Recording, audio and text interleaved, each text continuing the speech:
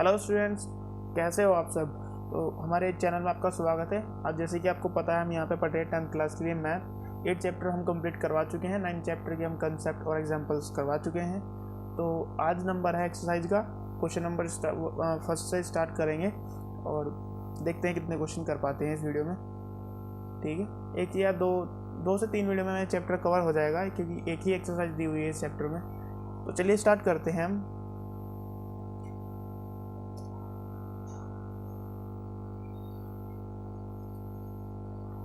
तो आपके पास question given है। इस चैप्टर में आपको एक खास बात बता दूं मैं, नोट पॉइंट। अगर आप क्वेश्चन समझ पाए, लिखना नहीं, लिखने के लिए नोट पॉइंट नहीं है, समझने के लिए नोट पॉइंट है। अगर आप क्वेश्चन समझ पाए, क्वेश्चन की लैंग्वेज क्या दी हुई है, तो क्वेश्चन बनाने में कुछ भी कठिनाई नहीं आएगी, आसानी से बन जाएगा क्वेश्चन ईजिली। अब देखिए, जैसे कि आपको लैंग्वेज दी हुई है, सारे क्वेश्चन ऐसे लैंग्वेज में मिलेंगे। और एक बात बता दूं, इंग्लिश में तो ये लिखा हुआ है और हिंदी वालों के लिए मैं समझा दूंगा। क्वेश्चन को आप बुक में देख सकते हैं। ठीक है, वैसे पूरा क्वेश्चन हिंदी में होएगा, यहाँ पे बस लिखा हुआ इंग्लिश में, तो उससे कुछ फ़र्क नहीं पड़ना चाहिए मेरे ख्याल से। देखिए अब, ए सर्कस आर्टिस्ट इज क्लाइंबिंग। एक सर्कस आर्टिस्ट है। आर्टिस्ट का मतलब तो समझते होंगे, जो सर्कस में कुछ करते हुए दिखाता है, तो वही आर्टिस्ट है यहाँ पे। ये एक रस्सी पर चढ़ रहा है और रस्सी की लंबाई कितनी है, 20 मीटर। और जो which is tightly stretched and tied from the top of the vertical pole to the ground. एक वर्टिकल पोल है, ये पोल है, इसके सर पे है बंधी है रस्सी और नीचे ग्राउंड पे बंधी है ऐसे करके। और जो इसके बीच की दूरी है, जहाँ ग्राउंड पे ये बंधी है रस्सी और पोल के जो ग्राउंड लेवल पे जहाँ टच हो रहा है, इसके बीच की दूरी है। इसके साथ रस्सी कौन बना रही है, 30 डिग्री का।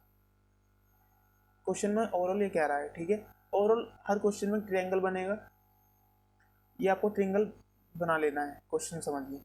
जब ये इसने बता दिया 30 डिग्री, अब देखते हैं फाइंड करने के लिए क्या बोल रहा है।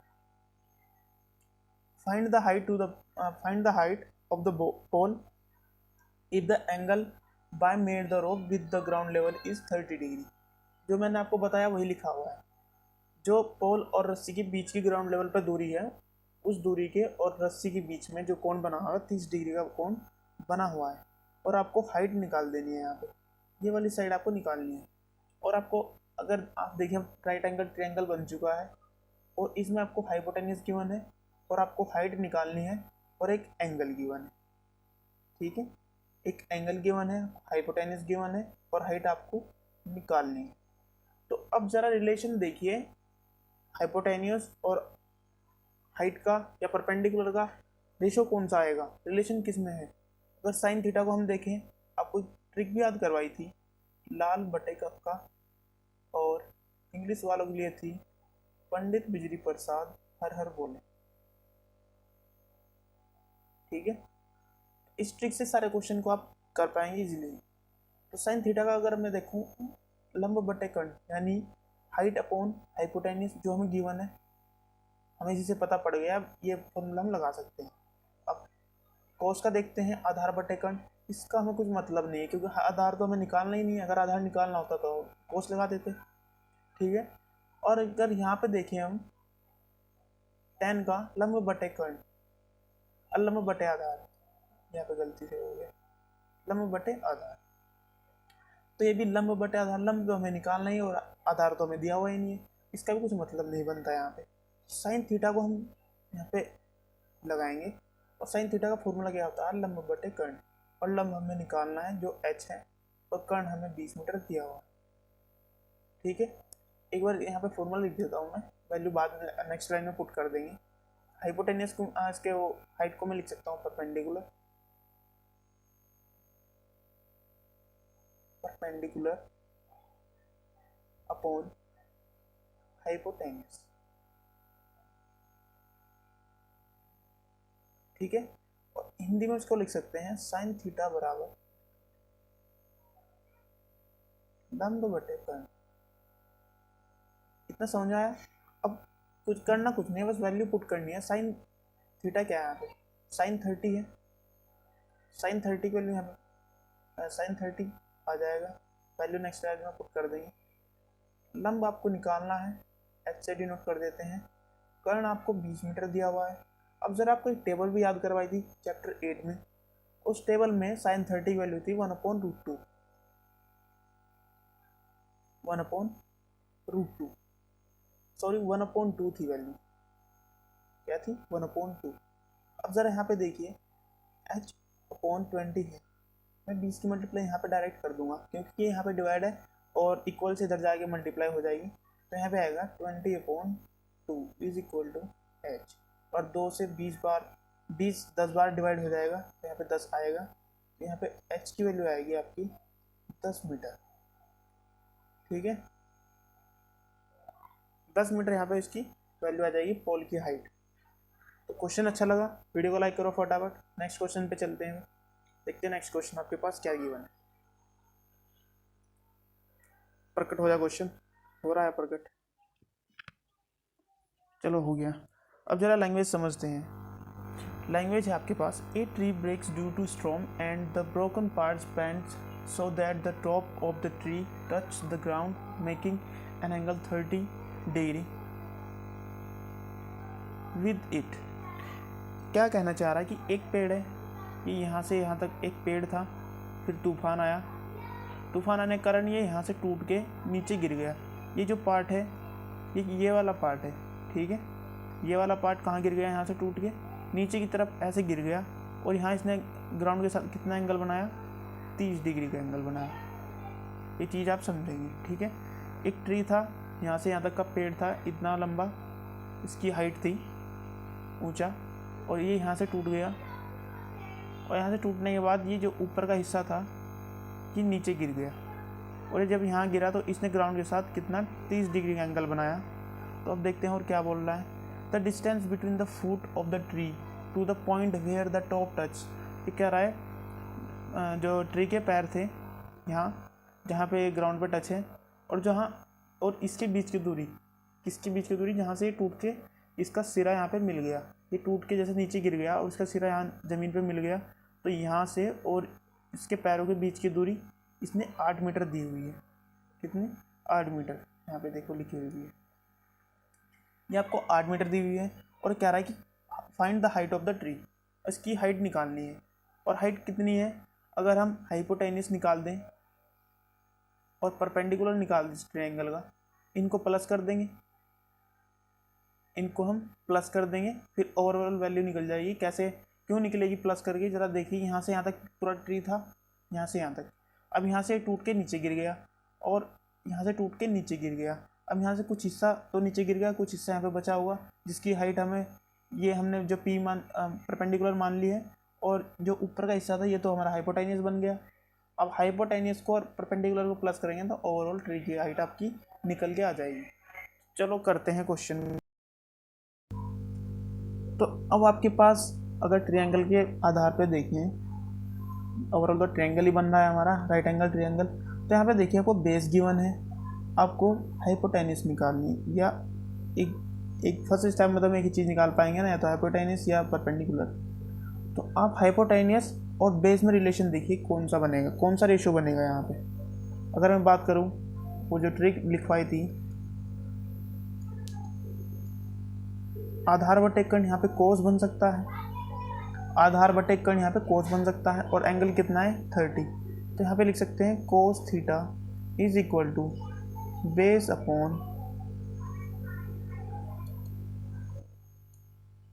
Upon hypotenuse. ठीक है, और हिंदी वाले लिखेंगे आधार बटे कर्ण।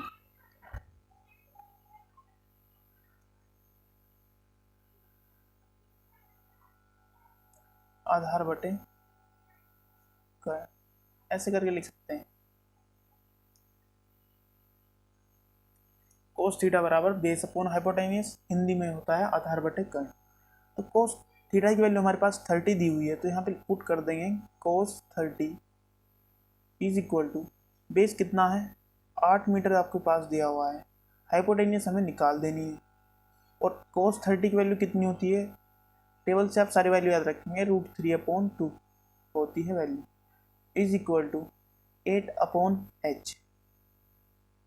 अब एक बात ध्यान रखिए, 2 की यहाँ पे मल्टीप्लाई करिए, h की यहाँ पे मल्टीप्लाई करिए, तो आ जाएगा 3 h into root three is equal to 8 to ज़ा कितने होते हैं 8 गुना 2, या h को मैं ऐसे लिख सकता हूँ,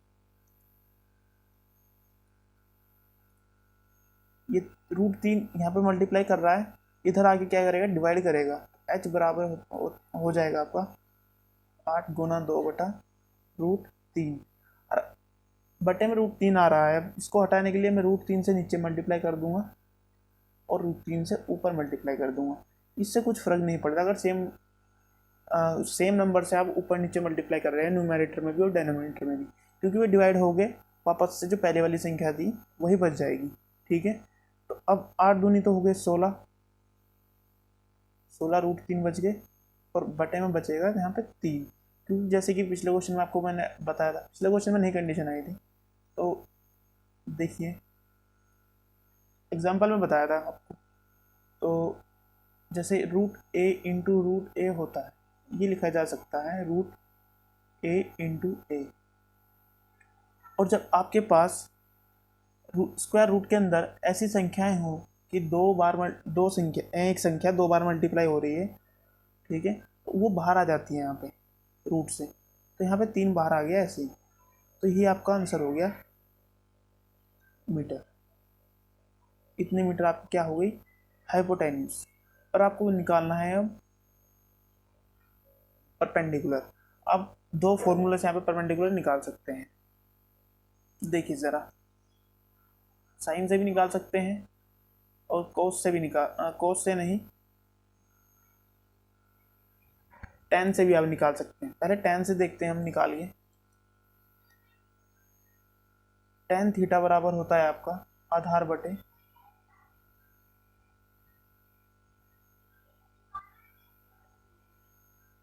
लंब बटे आधार होता है, उल्टा हो गया, लंब बटे आधार,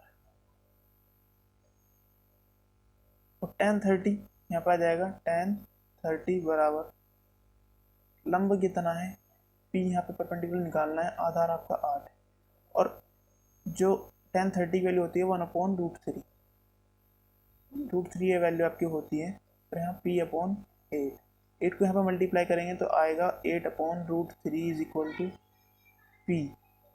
ठीक है, √3 से मैं वापस मल्टीप्लाई कर दूंगा नीचे और √3 से ऊपर मल्टीप्लाई कर दूंगा, तो ये आ जाएगा 8P इज इक्वल टू 8√3/3, तो P की वैल्यू ये आ गई आपकी।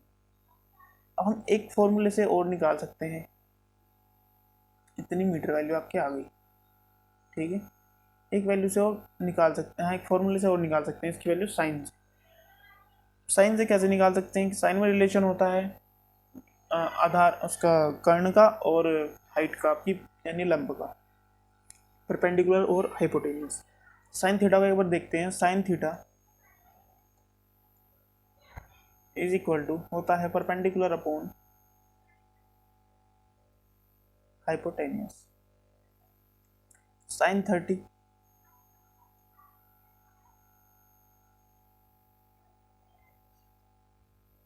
परपेंडिकुलर यहाँ पे निकालना है, और हाइपोटेन्यूज आपकी जो आई थी 16√3/3। साइन 30 वैल्यू कितनी होती है, साइन 30 वैल्यू होती है 1/2 इज इक्वल टू 3, यहाँ पे मल्टीप्लाई करेगा ऊपर की तरफ, तो ये, और ये 16√3 यहाँ पे मल्टीप्लाई करेगा 1 में, तो ये यहाँ पे आ जाएगा, तो यहाँ पे लिख सकता हूँ मैं, एक बार यहाँ पे लिख देता हूँ, यहाँ पे मल्टीप्लाई कर देगा और √3 ऐसे लिख सकता हूँ, क्योंकि इसने यहाँ पे मल्टीप्लाई कर दी, इसकी मल्टीप्लाई अब नेक्स्ट स्लाइड में करवा देंगे। ये मल्टीप्लाई यहाँ पे करेगा तो आएगा 16√3/2 इज इक्वल टू 3P। 2 से 16 8 बार जाएगा, 8√3, ये 3 यहाँ पे डिवाइड करेगा, 3 बराबर P। क्या सेम वैल्यू आ चुकी है, आप देख सकते हैं सेम वैल्यू आ चुकी है, 8√3/3, 8√3/3, दो फॉर्मूले से मैंने आपको करके दिखाई, इसकी वैल्यू सेम आ रही है। ठीक है, उसका मतलब आपका क्वेश्चन सही है। अगर आपके पास गिवन है हाइपोटेन्यूज आपको निकालने के लिए दे दी परपेंडिकुलर, तो आप फॉर्मूला लगा के, जो भी फॉर्मूला में रिलेशन बनेगा, कोई भी फॉर्मूला लगा सकते हैं इसमें आप, और आपका आंसर सेम ही आएगा। ठीक है, अगर आपके जो रिलेशन आपके सही लग रहे हैं और अपने वैल्यू सही पुट करिए तो कुछ प्रॉब्लम नहीं होगी क्वेश्चन में। नेक्स्ट क्वेश्चन देखते हैं, क्वेश्चन अच्छा था। अब नेक्स्ट क्वेश्चन थोड़ा हार्ड लेवल का है। डर गए हार्ड का नाम सुन के? कुछ नहीं हार्ड है, जरा समझो इस चीज़ को। इसमें बस एक क्वेश्चन में एक ही क्वेश्चन के नाम पे 2 क्वेश्चन आपको दिए हुए हैं। तो ये क्वेश्चन कह रहा है, एक contractor plans to install 2 slides for the children to play in the park. एक ठेकेदार है, उसने एक प्लान बनाया कि एक पार्क में बच्चों के लिए 2 फिसलन पट्टी लगा देनी चाहिए ताकि बच्चे खेल पाएँ। तो for the children below the age of 5 year, 2 category के उसने रखी यहाँ पे 2 कैटेगरी। तो कैटेगरी फर्स्ट में आए 5 साल से छोटे बच्चे, दूसरी कैटेगरी में आए 5 साल से बड़े बच्चे। तो 5 साल से छोटे बच्चों के लिए उसने एक फिसलन पट्टी लगाई जिसकी हाइट थी 1.5 मीटर, क्योंकि छोटे बच्चे थे तो छोटे बच्चों के लिए छोटी फिसलन पट्टी लगा दी। फिर 5 साल से बड़े बच्चों के लिए इसने लगाई 3.5 मीटर की ऊंचाई वाली फिसलन पट्टी, क्योंकि ये बड़े बच्चे थे और इसने 3.5 मीटर की अपनी उनके हिसाब से बड़ी फिसलन पट्टी यहाँ पे लगवाने का प्लान बनाया। जब इसने प्लान बनाया तो इसने पाया कि ये कह रहा है कि the she prefers to have a slide whose top is at a height of 1.5 metre, वो मैंने आपको बता दिया, and is inclined at the angle of 30 degree. जो 1.5 मीटर की हाइट वाली फिसलन पट्टी है, इसने ज़मीन के साथ कोण कितना बनाया? 60 डिग्री का। 1.5 metre is inclined at the angle of 30 degree. यहाँ पे कुछ गलती हुई है तो टाइपिंग में या क्वेश्चन में, यहाँ पे ये एंगल बन रहा है 30 डिग्री का। कितना एंगल? 30 डिग्री का। क्वेश्चन के बोल रहा है कि 30 डिग्री का। To the ground whereas for elder children, जो बड़े बच्चे थे। She wants to have a steep slide at a height of 3 metre. 3 metre, यहाँ पे 3 मीटर है, इसको हटा लेंगे। 3 मीटर, एक बार चेक कर लेता हूँ मैं क्वेश्चन सही है या गलत।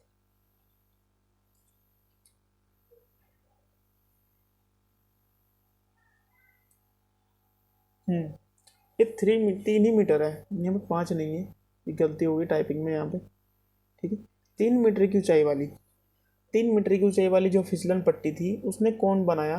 And inclined at an angle of 60 degree. उसने जमीन के साथ कौन बनाया? 60 डिग्री का। तो यहाँ पे कौन कितना हुआ? 60 डिग्री का कौन। ठीक है, to the ground what should be the length of the slide in each case. In each case यानी दोनों केस में उसकी लेंथ बतानी है कितनी है। लेंथ का मतलब जहाँ भी लेंथ आपको पूछेगा तो हाइपोटेन्यूस आपको निकालनी है। लेंथ के नाम पे क्या निकालनी है? हाइपोटेन्यूस निकालनी है। केस फर्स्ट, यहाँ पे देखते हैं केस फर्स्ट। फॉर किन के लिए देखेंगे? Below the age of 5 years, children below the age of 5 years. Case first यहाँ पे लिखेंगे, case first below the children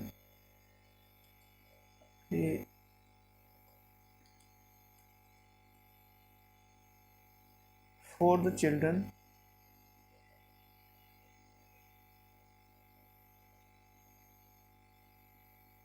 below the age of 5 years। जो 5 साल से छोटे बच्चे हैं उनके लिए 1.5 मीटर वाली लगाएगी फिसलन पट्टी। तो इसमें अब देखना इसकी हाइपोटेन्यूस निकालनी है, यानी लंबाई निकालनी है इसकी। तो ये कैसे निकल पाएगी? अब अगर देखते हो आप, ये ट्रायंगल बन रहा है, राइट एंगल ट्रायंगल। ट्रायंगल की भाषा में बताऊँ, ये आपको परपेंडिकुलर दिया हुआ है और यहाँ पे हाइपोटेन्यूस आपको निकालनी है। तो ये रिलेशन किस में आएगा? एंगल आपका 30 डिग्री है, ये रिलेशन आपका आएगा साइन में। और साइन थीटा बराबर क्या होता है?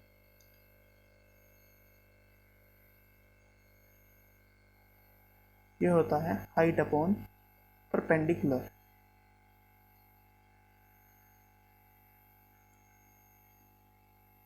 ये होता है हाइट अपॉन परपेंडिकुलर।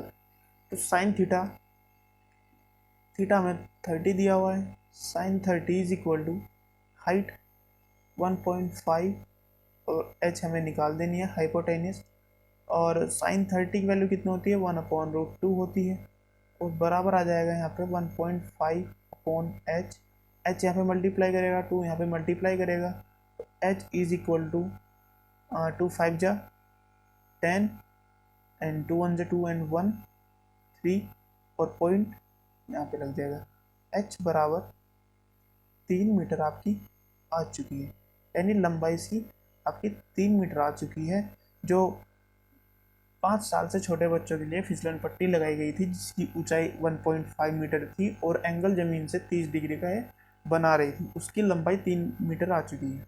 अब के सेकंड यहाँ पे देखते हैं, इसका स्क्रीनशॉट ले लीजिए आप, क्योंकि मुझे रफ करना पड़ेगा। आई होप आपने स्क्रीनशॉट ले लिया होगा, तो इसको रफ कर देता हूँ मैं। तो अब ज़रा देखिए यहाँ पे, ये 30 डिग्री था और ये 60 डिग्री था, ठीक है। अब देखते हैं यहाँ पे 3 मीटर ऊंचाई वाली फिसलन पट्टी के लिए जो लगाई गई है 5 साल से ऊपर वाले, जो 5 साल से बड़े बच्चे हैं उनके लिए। Case second, for the children above the age of 5 years, इसमें भी आपको इसकी लंबाई निकालनी है, यानी हाइपोटेन्यूज निकालनी है। इसको आप h1 मान सकते हैं या इसको h2 मान सकते हैं, इससे कुछ फर्क नहीं पड़ने वाला, इसको h ही समझ लो आप, इससे कुछ नहीं फर्क पड़ेगा, h ही मान रहा हूँ मैं, ठीक है। तो अब देखिए यहाँ पे भी साइन का रिलेशन लग सकता है, क्योंकि यहाँ पे भी हाइट गिवन है और हाइपोटेन्यूज यहाँ पे निकालनी है और एंगल आपका 60 दिया हुआ है, तो sine theta is equal to क्या होता है, हाइट अपॉन परपेंडिकुलर अपॉन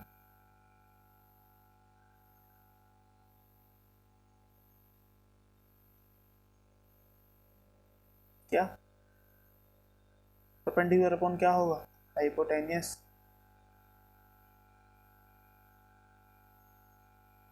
ठीक है। साइन 30 हमारे पास 60 दिया हुआ है, थीटा 60 दिया हुआ है, तो साइन 60 यहाँ पे आ जाएगा इज इक्वल टू परपेंडिकुलर आपको 3 दिया हुआ है और हाइपोटेनियस आपको निकाल देनी है, स्मॉल एच वहाँ पे लिखा हुआ है, हमने स्मॉल एच से रिप्रेजेंट कर देते हैं। साइन 60 की वैल्यू होती है आपकी √3/2, आपको सारी वैल्यू याद करनी पड़ेगी, ठीक है। आपके पास दूसरी चॉइस भी नहीं है कुछ, बिना इसके याद करेगा ये। तो इसकी मल्टीप्लाई तो यहाँ पे करेंगे और इसकी मल्टीप्लाई यहाँ पे करेंगे और इसकी मल्टीप्लाई यहाँ पे करेंगे, तो ओवरऑल वैल्यू बनेगी। चलिए एक स्टेप मैं आपको करके दिखा दे रहा हूँ, डायरेक्ट नहीं कर रहा हूँ, ठीक है। यहाँ पे आएगा h √3, h की मल्टीप्लाई इधर कर दिया, 2 की इधर कर दी, तो ये आ जाएगा 3 2 जा 6। अब √3 इसके अपॉन में जाएगा तो यहाँ पे बचेगा h इज इक्वल टू 6/√3। अब √3 की मैं डिनोमिनेटर में मल्टीप्लाई करूँगा और √3 की मैं न्यूमरेटर में मल्टीप्लाई करूँगा, इससे ओवरऑल वैल्यू बनेगी 6√3/3। जैसे कि पिछले क्वेश्चन में आपको बताया था कि √3 × √3 बाहर आ जाएगा 3 के रूप में, 3 2 जा 6, 6 दो बार जाएगा 3 से, और तो यहाँ पे बचेगा 2√3। तो हाइपोटेनियस आपकी इतनी मीटर आ चुकी है, ये इतनी मीटर लंबी है आपकी फिसलन पट्टी, जिसकी ऊंचाई 3 मीटर है और एंगल आपका ज़मीन से 60 डिग्री का बना रही है, ठीक है। ये क्वेश्चन आपका हो चुका है। और नेक्स्ट क्वेश्चन अब हम देखते हैं। नेक्स्ट क्वेश्चन आपके पास क्या गिवन है कि द एंगल ऑफ एलिवेशन, आपको फर्स्ट वीडियो में आपको बताया गया था, इससे पीछे की वीडियो अगर आपने नहीं देखी तो डिस्क्रिप्शन में और आई बटन पे भी आप जाके दे सकते हैं, तो वहाँ पे तो हर वीडियो की आपको लिंक प्रोवाइड हो जाती है, पूरी प्लेलिस्ट की लिंक प्रोवाइड हो जाती है। अगर आपको कुछ समझ नहीं आ रहा है तो पिछली वीडियो आप जाके देख सकते हैं, टाइटल वहाँ पे लिखा हुआ है कि कौन सा टॉपिक कौन सी वीडियो में कवर किया हुआ है, तो वहाँ से बेसिक क्लियर होगा आपका और क्वेश्चन समझ पाएंगे, ठीक है। तो यहाँ पे एंगल ऑफ एलिवेशन होता है जब आप कुछ चीज़, आपको एक केस बताया था कि आप जब कुछ चीज़ नीचे से ऊपर की तरफ देखते हो और आपकी आंखों के सामने वाली एक लाइन होती है जिसको हॉरिजॉन्टल बोला जाता है, और आप ऊपर की तरफ देख रहे हो जिसको लाइन ऑफ साइट बोला जाता है, यानी दृष्टि रेखा बोला जाता है। और हॉरिजॉन्टल यानी क्षैतिज स्तर और जो लाइन ऑफ साइट होती है दृष्टि रेखा के बीच में बनने वाला कोण कौन सा होता है? कौन सा होता है? एंगल ऑफ एलिवेशन यानी उन्नयन कोण। ठीक है, ये आपका दिया हुआ है 30 डिग्री। और ये बोल रहा है the angle of elevation of the top of A tower from A point on the ground. ये कोई टावर दिया हुआ है यहाँ पे, ये टावर दिया हुआ है यहाँ से यहाँ तक का, ठीक है ना, इतनी ऊंचाई वाला कोई टावर दिया हुआ है। कह रहा है कि from A point on the ground, एक पॉइंट है यहाँ पे ग्राउंड पे, और ये ऊपर से top of the tower, the angle of elevation of the top of A tower, top से, टावर के टॉप से और ज़मीन पे जो यहाँ पे पॉइंट है इसके बीच में एंगल 30 डिग्री का बन रहा है, और इसके बीच की भी कुछ दूरी होगी अवे फ्रॉम द फुट। और इसने कहा ही ये यहाँ से यहाँ तक कितनी दूरी पर है? 30 मीटर की दूरी पर है।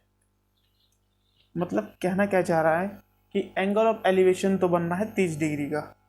कोई टावर है जिसके छत से अगर कोई ज़मीन पे पॉइंट है, जो टावर के पैर से, जो जहाँ पे टावर ज़मीन से टच हो रहा है वहाँ से बिंदु तक की दूरी, पॉइंट तक की दूरी 30 मीटर है। और अगर हम टावर के सर की बात करें, जहाँ पे सर पे पॉइंट है और उस पॉइंट को, जो ज़मीन पे पॉइंट है, दोनों पॉइंट को मिलाने वाली रेखा, और दोनों पॉइंट को टावर के सर और ज़मीन के बिंदु जो 30 मीटर की दूरी पर है टावर से, उन दोनों पॉइंट को मिलाने वाली रेखा, और जो दूरी है टावर और बिंदु के बीच की, और उस वाली रेखा के बीच में बनने वाला कोण 30 डिग्री है। आई होप आपको समझ में आया होगा, कन्फ्यूज़न नहीं होगा बिल्कुल भी, ठीक है, कंफ्यूज मत होना बिल्कुल भी। सिंपल सी बात समझ लो कि टावर के सर से जो ज़मीन पे बिंदु पड़ रहा है टावर के पैरों से 30 मीटर की दूरी पर, उसके बीच में एंगल बन रहा है 30 डिग्री का। बस बन गया क्वेश्चन आपका।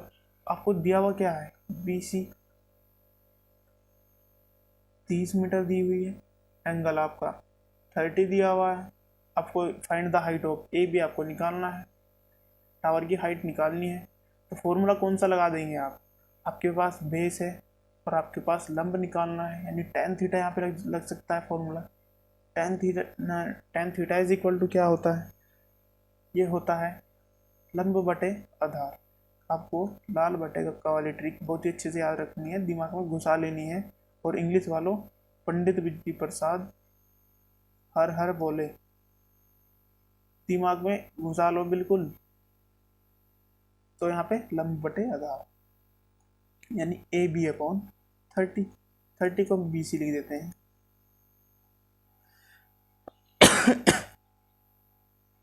tan थीटा 30 है यहाँ पे, tan 30 आ जाएगी,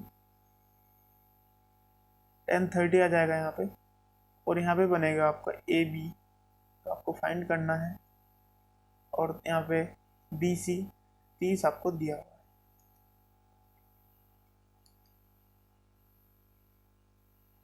और tan 30 की वैल्यू होती है 1/√3। tan 30 1/√3 यहाँ पे आ जाएगा, इज इक्वल टू ए भी तो यहाँ पे एज इट इज़ रहेगा क्योंकि इसकी वैल्यू तो हमें निकालनी है। 30 आ जाएगा, 30 यहाँ पे मल्टीप्लाई करेगा तो ये आएगा AB इज इक्वल टू, हम इसको लिख सकते हैं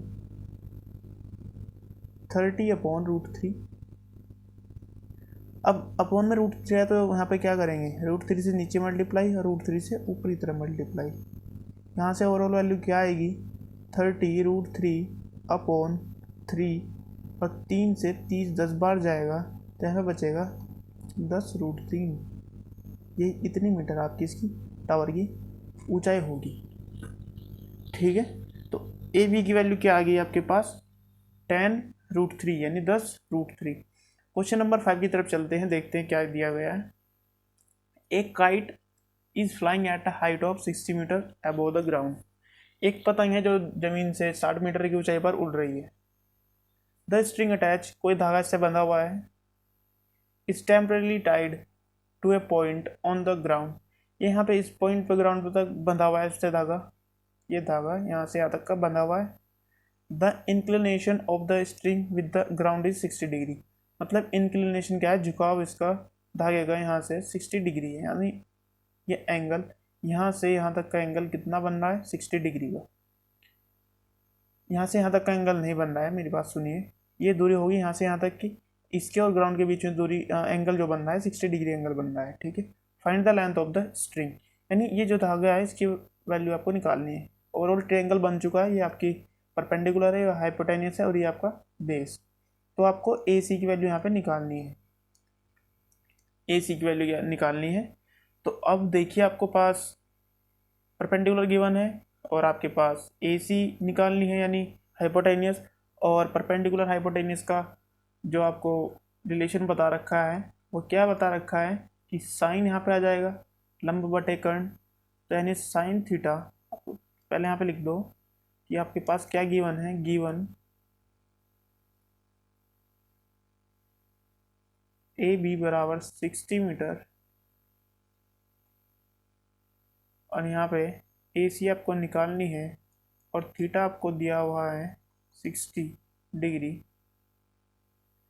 तो अब ज़रा फॉर्मूला कौन सा लग जाएगा यहाँ पे, sine theta is equal to perpendicular upon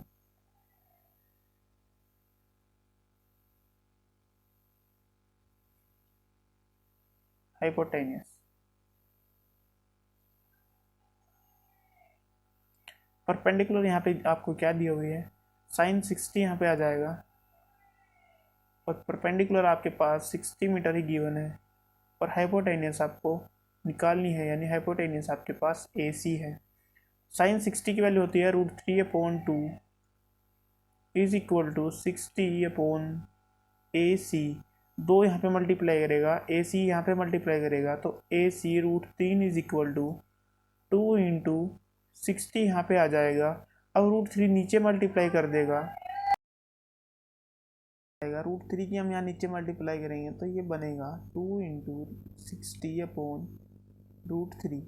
जैसे कि मैं हर क्वेश्चन में कर रहा हूँ जिसमें बटे में रूट आ रहा है, तो √3 से मल्टीप्लाई नीचे, √3 से मल्टीप्लाई ऊपर, ऊपर बन जाएगा 60 इंटू 2 यानी 120 यहाँ पे बन जाएगा √3 और अपॉन 3, क्योंकि √3 इंटू √3 क्या होता है, 3 होता है। और ये मैं आपको बता चुका हूँ ये 3 कैसे आया, और ये 3 120 को डिवाइड कर देगा और यहाँ पे 40 बच जाएगा, क्योंकि 40 से 120 होते हैं और 40 √3 आपकी वैल्यू आ जाएगी। यही आपका आंसर होगा। और इतने मीटर आपकी लंबाई होगी इस धागे की जो सी और ए पॉइंट को मिला रहा है, जो पतंग से और ज़मीन के बीच में कोण बना रहा है 60 डिग्री का, और जो पतंग 60 मीटर की ऊंचाई पर उड़ रही है, ठीक है। अगर इसको आपको चेक करना है तो आप दूसरे, आपके पास दो वैल्यू आ चुकी हैं, एक और वैल्यू आप निकाल के बी सी की वैल्यू आप निकाल के किसी भी रेशो से, किसी भी अनुपात से जो आपको याद हो, जो इसमें रिलेशन बनाता हो इन दोनों भुजाओं के साथ, तो उससे आप निकाल के इसमें पाइथागोरस थ्योरम भी आप चेक कर सकते हैं। तो पाइथागोरस थ्योरम भी आपको पता है क्या होती है और इसका रिलेशन भी आपको पता है कि कैसे निकाल सकते हैं आप इसको, क्योंकि क्वेश्चन में मैंने दो तरीक़ों से आपको करके दिखा दिया है, ठीक है। तो अब ये क्वेश्चन यहाँ पे ख़त्म हो जाता है, तो नेक्स्ट क्वेश्चन पे चलते हैं। नेक्स्ट क्वेश्चन में थोड़ा अलग केस दिया हुआ है आपको। इसमें दिया हुआ है a 1.5 metre tall boy is standing at some distance from a 30 metre tall building. कोई एक आदमी है जो 1.5 मीटर, जिसकी ऊंचाई, जो ये इंसान है, एक लड़का है, इसकी ऊंचाई है 1.5 मीटर, जो यहाँ से यहाँ तक खड़ा है और इसके बीच की दूरी मैंने आपको बता दी है, लिखा है 1.5 मीटर। तो ये कह रहा है 30 मीटर टॉल बिल्डिंग के कुछ दूरी पे यहाँ पे खड़ा है। 30 मीटर ऊंची बिल्डिंग है, उससे कुछ दूरी पर खड़ा है, जो दूरी है यहाँ से, या तो बी डी हम मान सकते हैं, बी डी दूरी पर यहाँ से खड़ा हुआ है। तो अब ये क्या कह रहा है कि the angle of elevation from his eyes to the top of the building increase 30 to 60 degree as he walk. तो ये कह रहा है कि पहले तो यहाँ जब ये खड़ा हुआ था तो यहाँ से और बिल्डिंग के टॉप के, जब ये देख रहा था, टॉप को देख रहा था, तो जो इसकी हॉरिजॉन्टल वाली लाइन है, मैंने आपको बताया हॉरिजॉन्टल वाली लाइन कौन सी है, उसके बीच में 30 डिग्री का कोण यहाँ पे बन रहा था, 30 डिग्री का कोण यहाँ पे बन रहा था। और इसने चलना स्टार्ट करा, ये यहाँ सी पॉइंट तक चला और सी पॉइंट तक चलने के बाद ये कोण इंक्रीज हो गया, यानी 60 डिग्री हो गया। तो अब ये कह रहा है as he walks towards the building, जब ये बिल्डिंग की तरफ चला तब ये एंगल 30 से 60 हो गया। Find the distance he walk towards the building. आपको x और y की वैल्यू यहाँ पे निकालनी है, या c और d की वैल्यू आपको यहाँ पे निकालनी है। उसके लिए मैं आपको कुछ चीज़ें समझाना चाहता हूँ। अब यहाँ पे a और z की वैल्यू यहाँ पे 30 डिग्री दी, यहाँ 30 मीटर दी हुई है। a z कितनी दी हुई है, 30 मीटर।